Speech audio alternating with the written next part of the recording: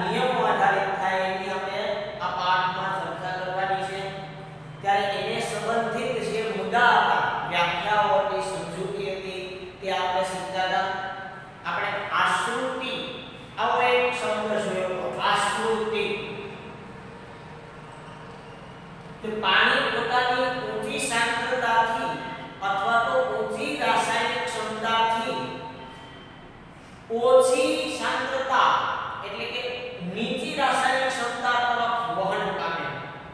જ્યારે તમે કોઈ અર્ધ પ્રવેશી પટલ વડે બે દ્રાવણોને જુદા રાખો, જુદી જુદી સાંદ્રતા વાળા દ્રાવણોને જો અર્ધ પ્રવેશી પટલ વડે છૂટા પાડવામાં આવે ત્યારે પાણી પોતાની ઊંચી રાસાયણિક ક્ષમતાથી નીચી રાસાયણિક ક્ષમતા તરફ વહન પામતું હતું। એમને આપણે આશ્રુતિ શબ્દથી શીખતા હતા। એની વ્યાખ્યા અથવા તો એનો કોન્સેપ્ટ જોયો હતો।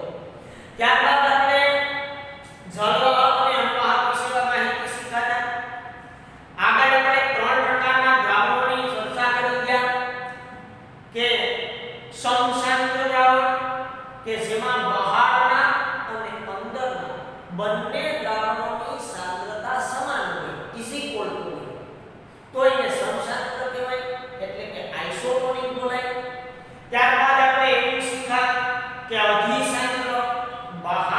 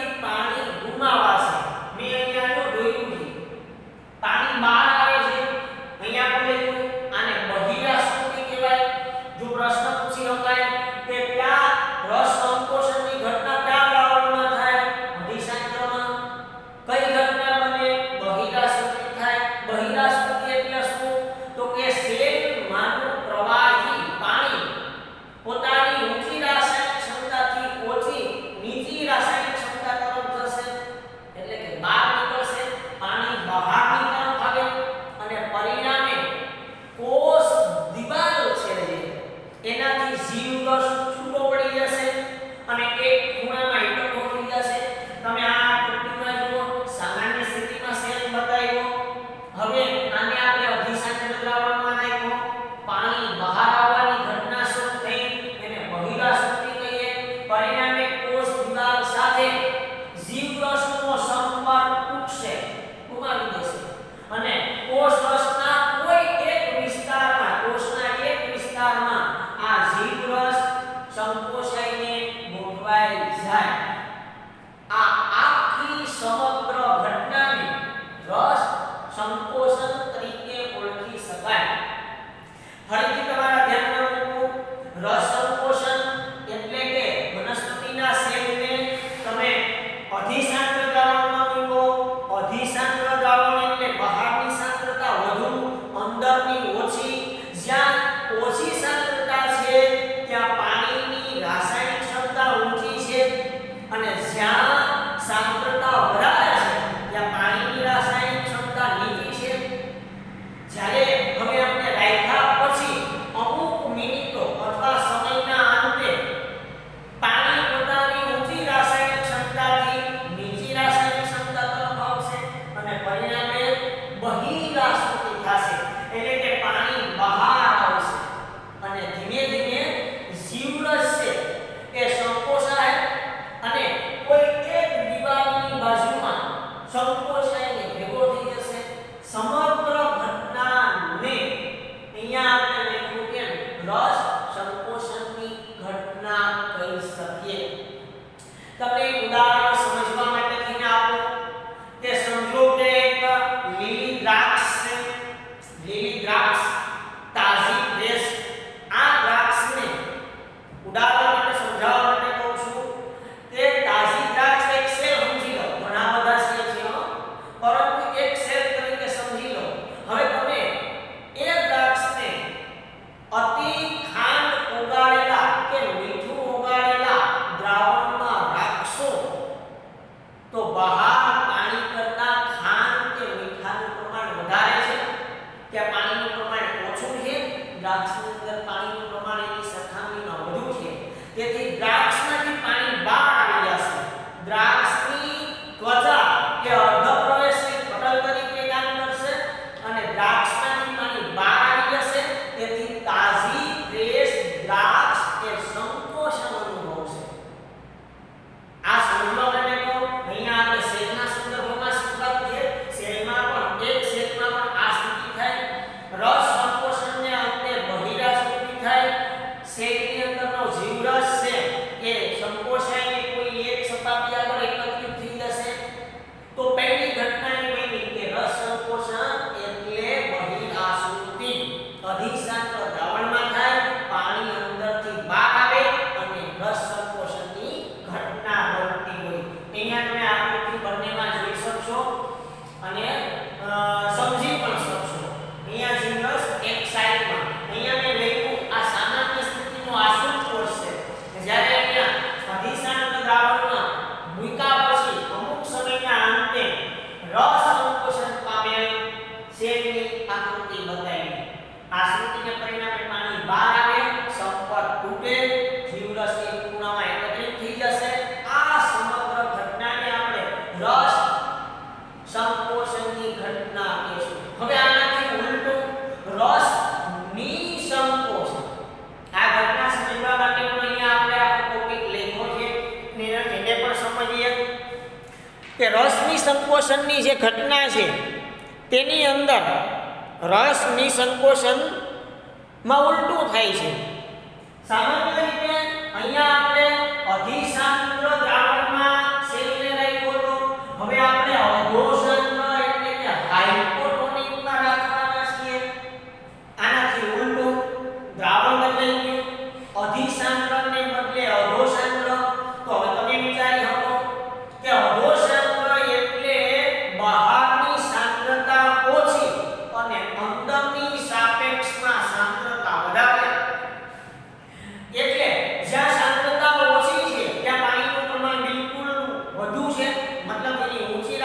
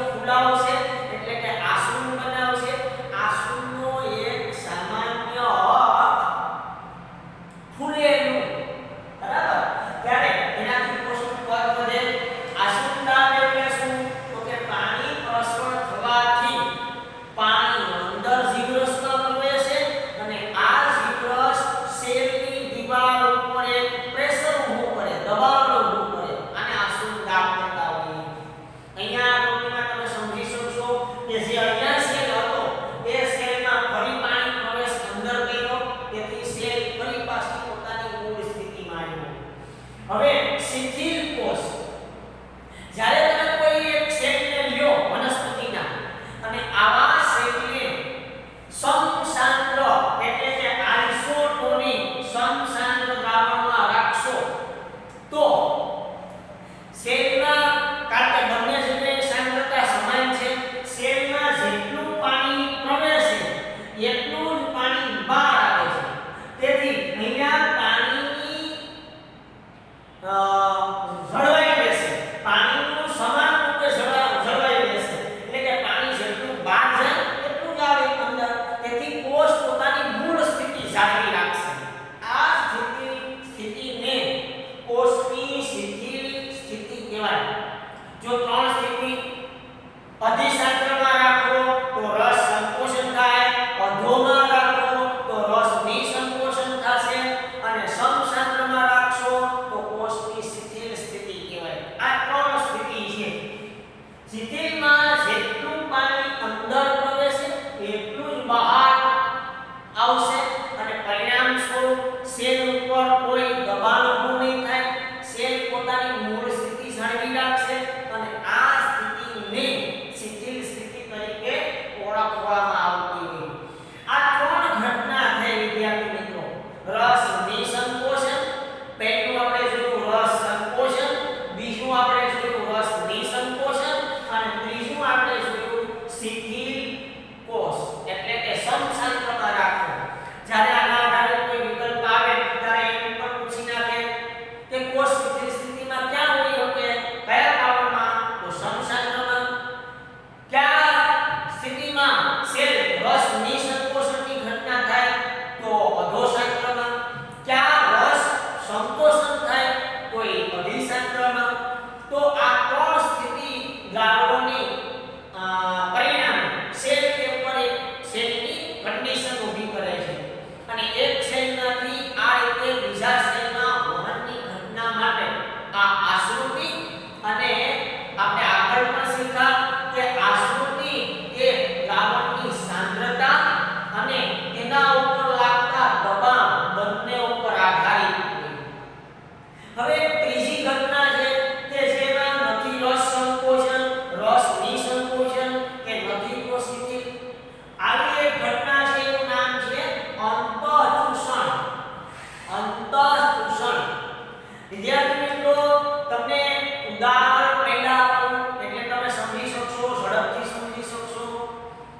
આ ચોમાસાની ઘટના, જ્યારે ચોમાસાની ઋતુ ચાલુ હોય ત્યારે આ ઘટના તમે જાતે પ્રત્યક્ષ જોઈ હશે. દાખલા તરીકે જો આપણા ઘરે લાકડાના બારી દરવાજા હોય તો તમે જોયું હશે કે આ બાર ચડી જાય, જે એક સમયે બાર આસાનથી ખુલી શકતું હતું, આસાનથી દેવાઈ શકતું હતું, તે હવે ખેંચવું પડે, ટાઈટ થઈ જાય. તો આવું થવાનું મિત્રો શું કારણ? આ જ ઘટના સાથે આપણું અંતઃચૂષણ સંકળાયેલું છે. કે જ્યારે કોઈ નિર્જીવ વસ્તુ કે કોઈ તંત્ર, દાખલા તરીકે લાકડું, એ પાણીમાં રહે તો એ પાણીને શોષે છે.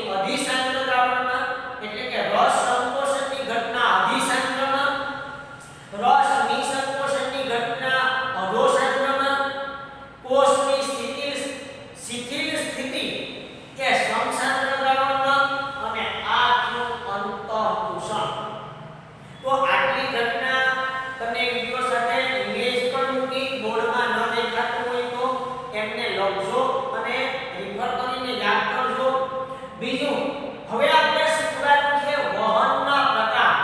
સામાન્ય રીતે જ્યારે વનસ્પતિમાં પાણી વહન પામે અથવા તો કાર્બનિક પોષક તત્વોનું વહન થાય તો કેવી રીતે થાય, કયા સિદ્ધાંત આધારિત થાય, એમાં શક્તિ વપરાય કે નહીં, પ્રસરણના પ્રકાર કેટલા અથવા તો વહનના પ્રકાર કેટલા.